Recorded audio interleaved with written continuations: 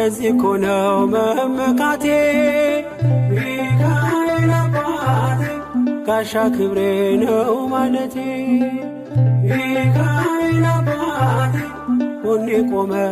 እንዳቆምከኝ ሚካኤል አባቴ እኔ ላለም ምስክር ነኝ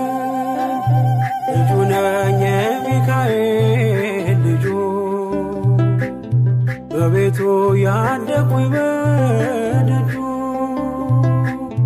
የልቤ ብዬ የምጠራው ሚካኤል ለኔ አባቴ ነው የልቤ ብዬ የምጠራው ሚካኤል አባቴ ነው